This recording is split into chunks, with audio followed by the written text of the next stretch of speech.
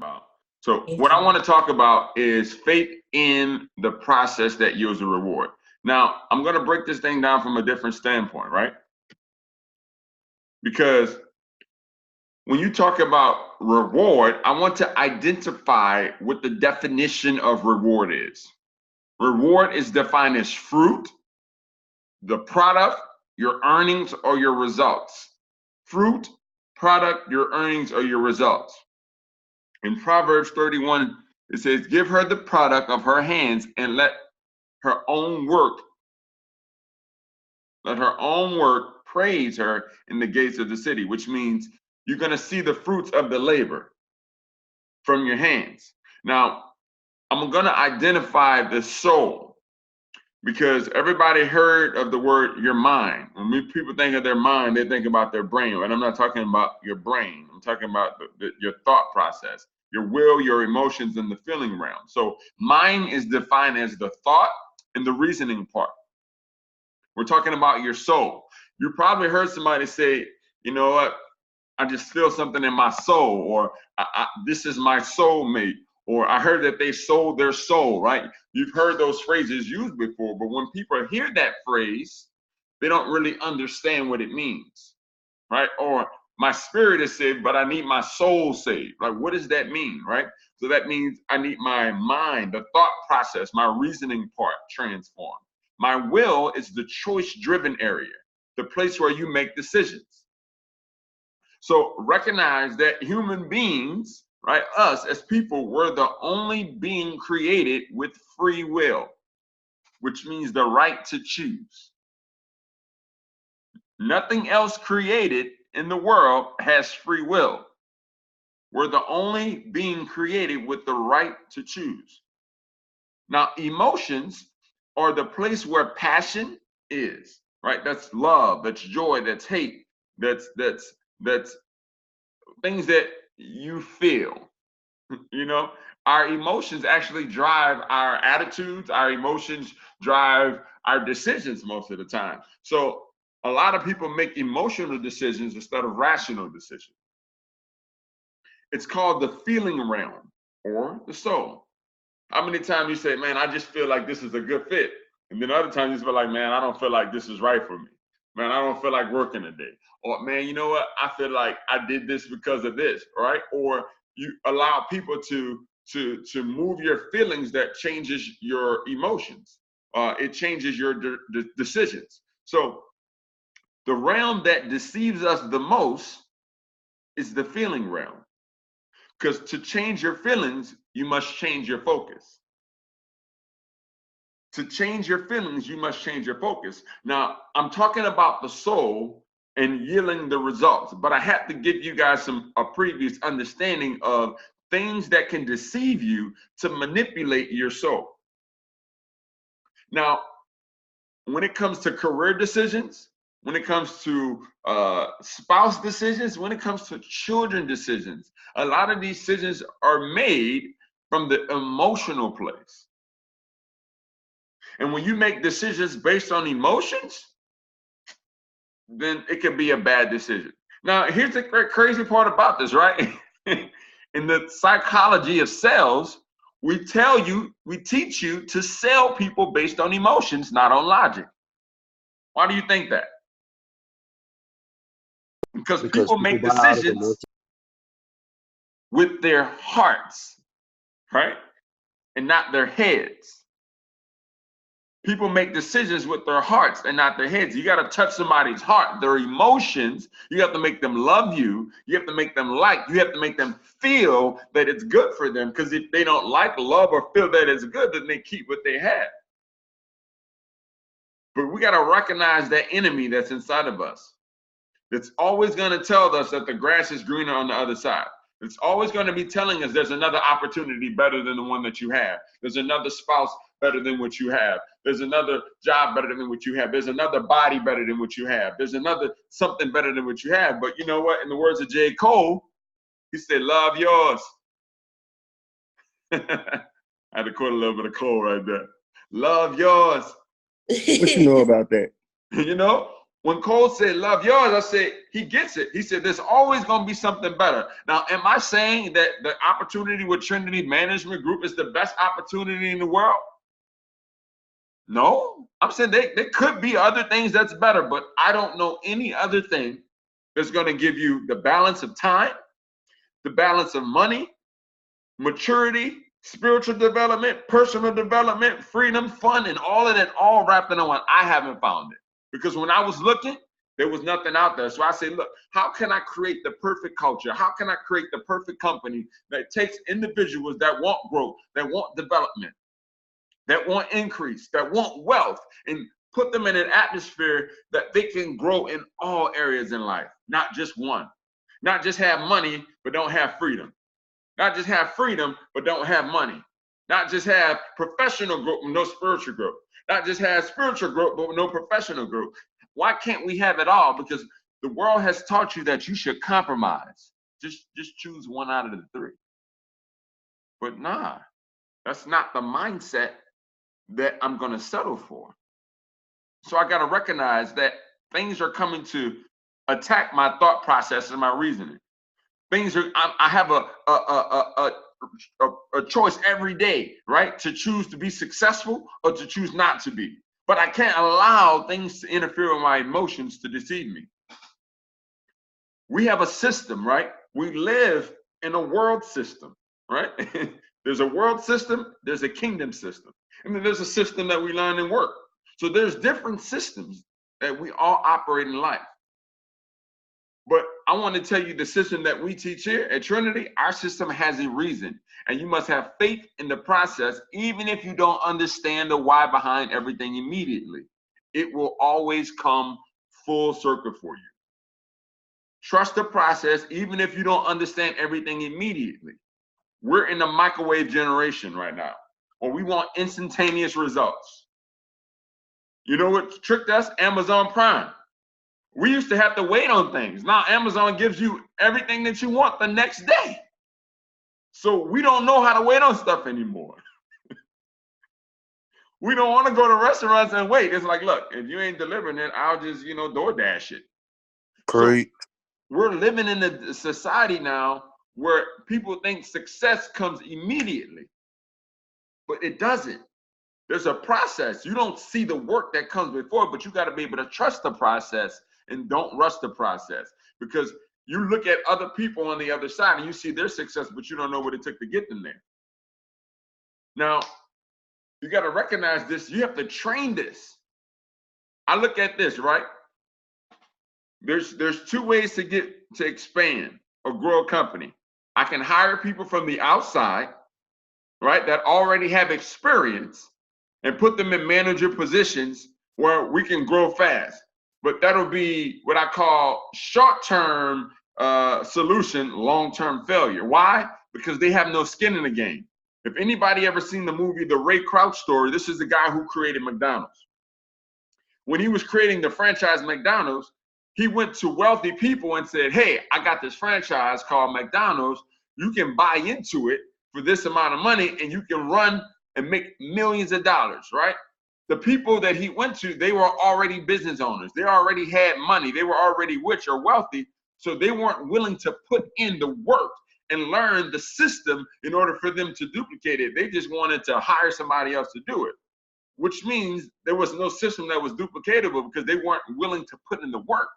But then when he took the average common person that's wanted a better life, that wanted an opportunity to grow, and he brought them in and he trained them from the ground up to learning how to do every part of the job.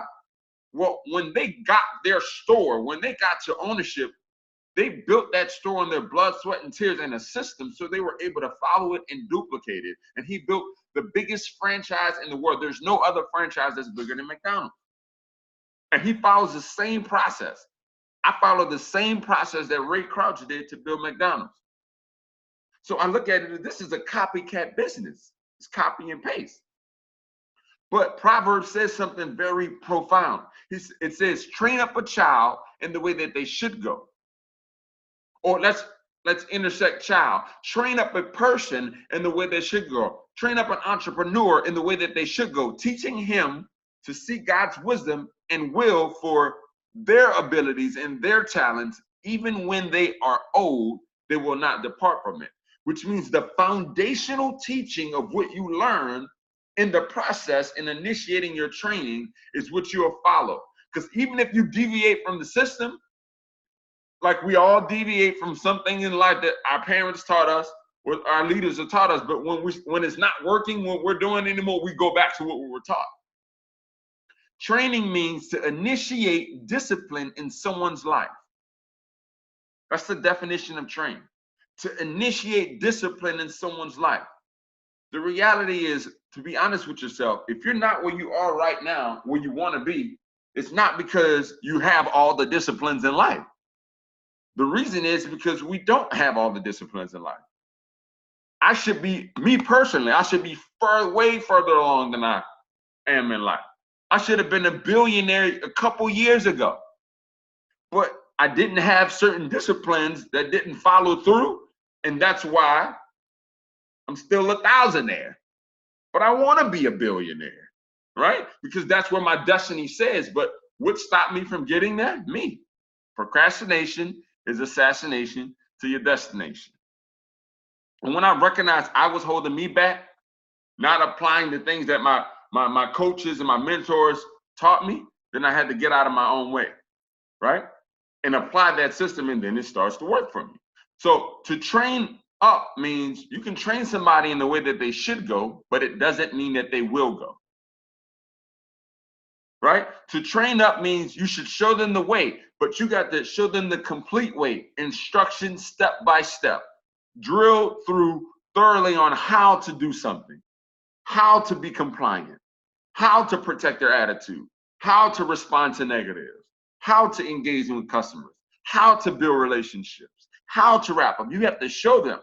Remember, my process for training and teaching is show them how to do it successfully, teach them how to do it successfully, do it with them successfully, then coach them up.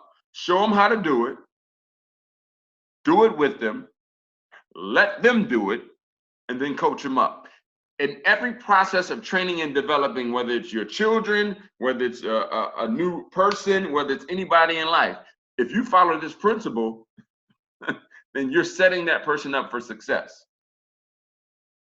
Because these lessons must be stamped on their heart and soul and lead them to practice it until it becomes second nature with structure. So if something doesn't become second nature, then you can revert back to your old previous habits. And a lot of times we have previous habits from other jobs or other opportunities and other mindsets that we try to bring into this, and we hope that it is going to work for us. No. Just because you've done sales before, you haven't done sales like this. Just because you worked at a marketing firm before, you never worked at this marketing firm, right? So you got to recognize that there's things going to be different. Some things may appear to be similar, but that's what appearance means, right? It appears to be, but it can be totally different.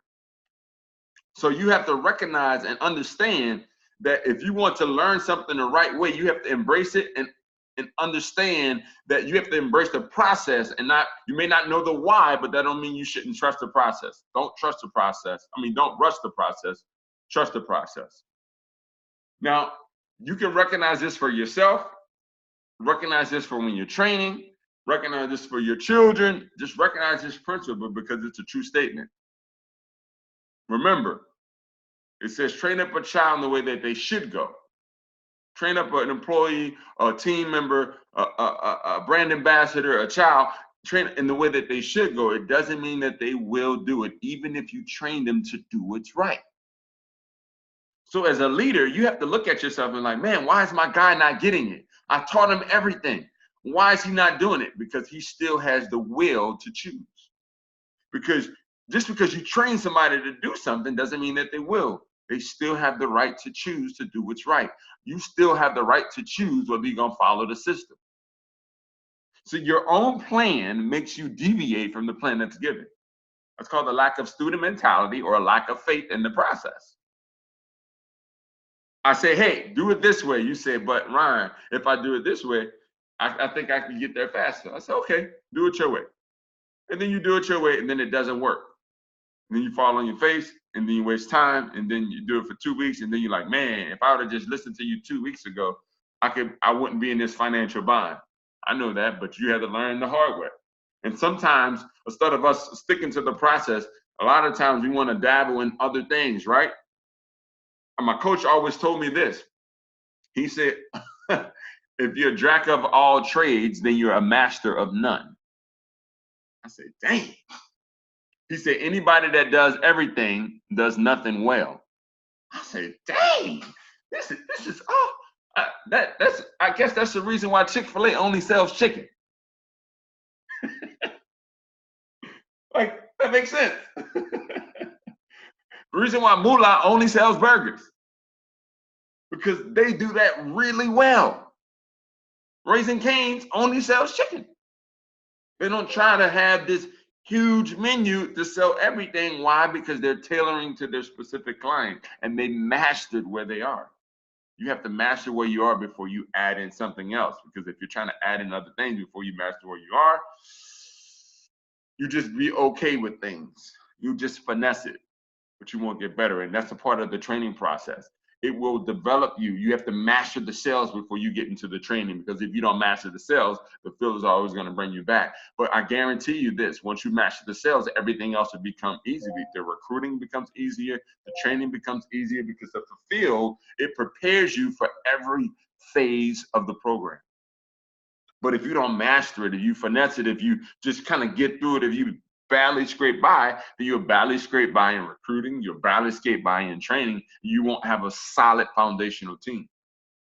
So when someone goes to look at that diamond to see, hey, how much is this diamond worth? They'll look in the inside, put that little light up on it, and they're like, ooh, this one is a little cloudy on the inside. It hasn't been put through enough pressure, enough fire, enough trial. I want something that looks like glass when I look in between it. I want to be able to see the other side. So you got to evaluate yourself. You have to remember this process. So guys, I want you to hold on to this, right? Today we talked about, the harvest that comes, that if you trust the process. I call it seed time and harvest. Right now, this is your seed time, the time that you're planning, the energy that you're planning, the personal development that you're planning. In order for you to reap a harvest, there must be first a seed sown. Your words are your seeds. Your work ethic is your seed. Your thoughts are your seeds.